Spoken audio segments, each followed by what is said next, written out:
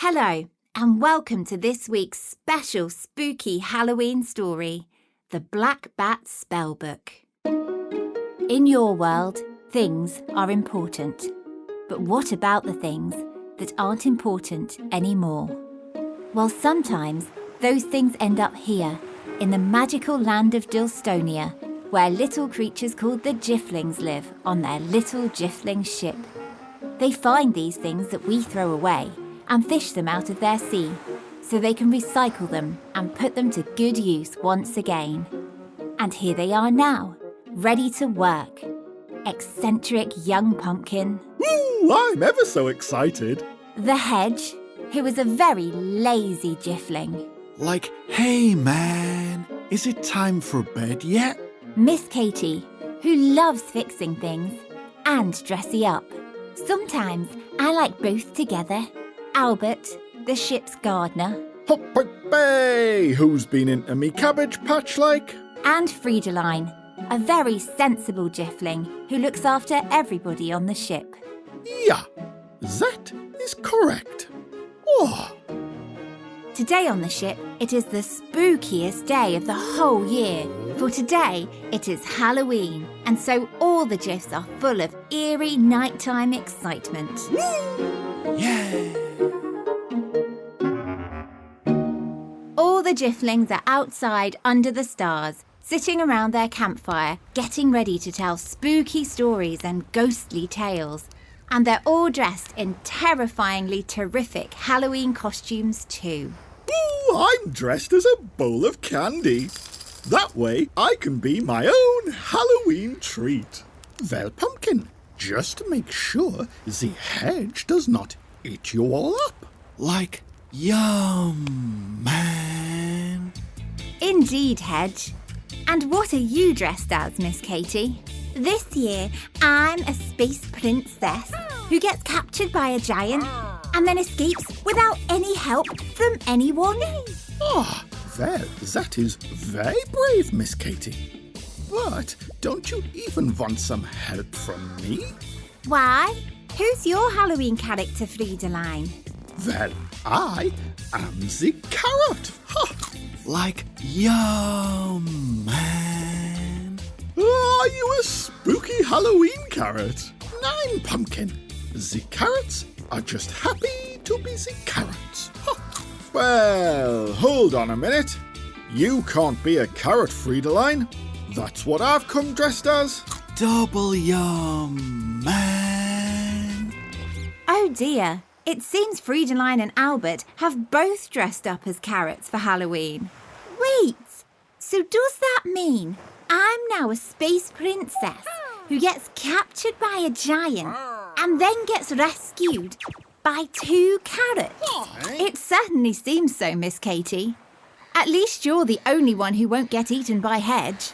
Like I came as a haunted dinner plate so I can woo all the snacks right into my tummy.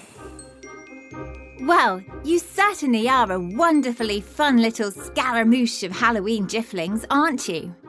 So everyone sat telling fun, spooky tales and hairy, scary stories, eating sweetie Halloween treaties and giggling in fun fright all night long. Then soon, everyone felt rather tired, so carefully they put out their little fire, pottered through to their Jiffling's bathroom and stood tippy-toes up to their mirror, ready to brush their teeth. Well, brushy, brushy floss. We have the little wash. Now our teeth are clean, so it's time for lovely dreams.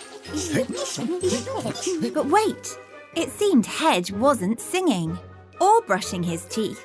In fact, he had gone straight through to bed without even a single squirt of toothpaste. Ah, lazy Hedge, with the filthy teeth. Like brushing is totally no, man. And I'm just too tired for no, so I'll brush my teeth another day. Oh, but you must clean your teeth every day, Hedge, even when you're tired. And especially especially after sweetie treaties. Oh, Jiffs, you know that sound. Even at the very last minute, an object that was lost or thrown away on Earth can turn up in the sea around your ship. Quickly, off you Jiffle to heave it in.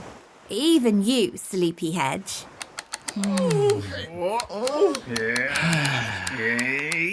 The object landed on deck with a creaky kerfuffle. It was grand and ancient and rather hefty too. Is that a spooky Halloween recipe book filled with instructions for even more sweetie Halloween treaties? Not quite, Pumpkin, but Freidaline knew just what the object was. So she hibbledy-hobbled up onto the story seat and then she began her Halloween tale. This is the Black Bat Spellbook, and my old ghost train driver, Sangeeta Skeleton, told me all about it. Once a little long ago, in this spooky place called Transylvania, there was a grand castle on top of a mountain, and inside lived the happy vampire called John Nosferatu, who lived with his best friend, Kevin, the shiny black bat. Now, even though the Nosferatu was indeed the vampire, he was not scary at all. In fact, instead of eating the people, his favorite thing to eat was toffee, and he would make great big batches of his very own sweet, sticky Transylvanian toffee, which made Kevin very happy because he loved toffee too. So, together, the two spooky friends would sit up all night long, eating lovely, gooey, sticky toffee and telling the fun, scary stories and doing jolly little spells from Kevin's special spooky spell book. Eye of Newt and tail of badger, turn this cow into a ladder. Moo. Ha! They were the very silly spells. But even though the Kevin had lots of fun, sometimes he accidentally ate too much toffee. And then the spells came out far too sticky. Ah! Nom, nom, and nom. Turn this nom into the nom. Ah, Kevin! Why has my dinner plate been turned into an onion? Oh! Sorry, Nosferatu, nom. Oh, Kevin! No wonder your spells aren't working properly. You have the great big mouth full of toffee. Time to go and brush your little bat's teeth, I think.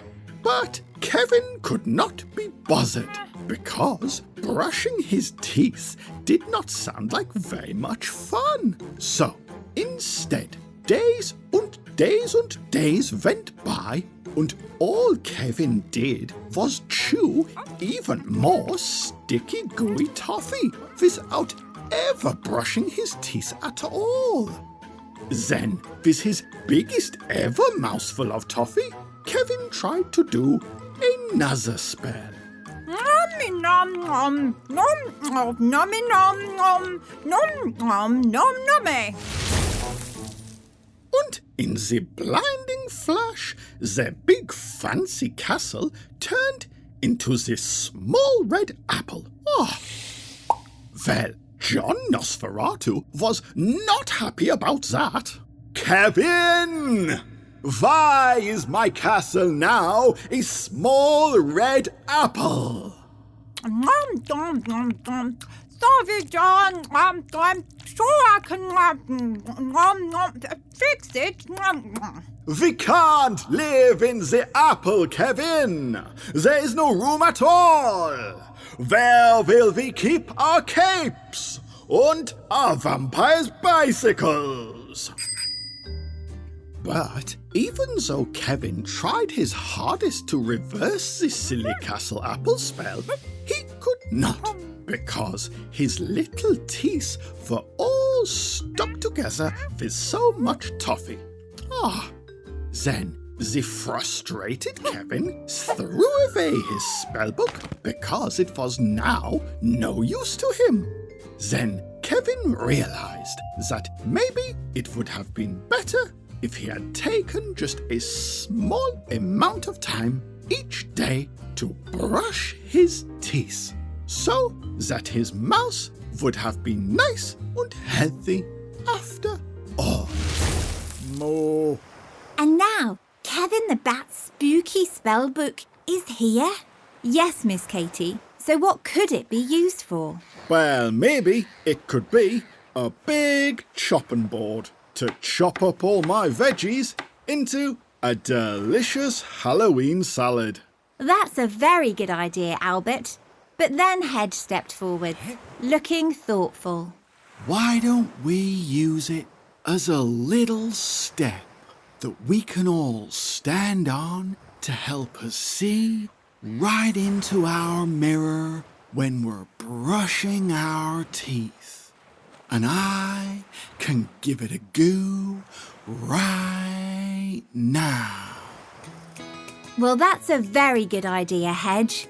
So the little Jiffs all carried the spellbook into the bathroom and placed it in front of the mirror so Hedge could hop up onto it and happily brush his teeth.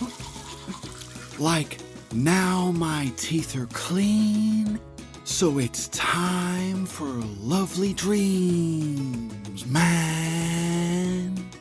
And with such a fun day of campfires and spooky stories and sweetie Halloween treaties, the Jifflings were all tuckered out. So they hung up their fun little costumes, blew out their candles, and then it was time for bed. Good night, young pumpkin. Good night. Good night, Albert. Why, I'll see you in the morning, like. Good night, Freidaline. And it is a good night. Yeah.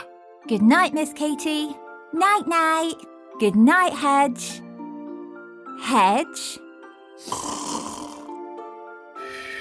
Oh, I think the hedge is asleep already. And goodbye to you, wherever you are. Maybe next time you see a thing that you might throw away, you'll stop and see if you can use it again, just like our friends the Jifflings. And maybe the thing you use again will have a story to tell too. Goodbye. Thank you for listening to Bottleship. For all the parents listening, if you'd like to, you can donate to the show at patreon.com/Bottleship. And as a thank you, we'll send your child a personalised audio message from the Jifflings. And for all the children listening, if you enjoyed the show, please leave a review and share the podcast with your friends. We've had some lovely reviews this week, haven't we, Jifflings? Aye, that's right. Like this one from England. It says, I listened to this podcast when I was 3 years old. My favourite episode is The Giraffe's Pencil from Max and Evie in England. Hi, Max and Evie. That's a lovely review. Thank you. Oh, yes. And we've had this review too. It says, Hello, my name is Harold and I love your stories. They are so funny. My favourite Jifflings are Young Pumpkin and Albert. And my brother's favourite is Hedge. Thank you. Like, totally thank you, Harold. What a perfect review, man. Yeah, and we have had this one too from New York. It says, "Hello, Jifflings, from Micah and Jonah in New York. We love your stories and we listen to them before bed and also in the car on the way to school. We would love to hear this story about how Alice gets her boomerang back, how she switches the points on the track. You could call it the Boomerang Part 2. Ah! Jonah's favourite Jiffling is Hedge because he is always eating things when no one is looking. And Micah's favourite Jiff is Young Pumpkin because he's always silly when no one is looking. It is true, he is the silly Jiffling. Thank you for the ridiculous stories. We love you, Micah and Jonah. Woo! That's a fantastic review, Micah and Jonah. Thank you very much. And thank you to everyone who left us a review or sent us an email. We really do love to hear from everyone. That's right, Miss Katie. So please remember to leave us a review wherever you listen to podcasts. And if you'd like to send us an email, please send it to thejifflings@gmail.com. Thanks again, and we'll bring you more exciting adventures with our friends the Jifflings very soon. Goodbye.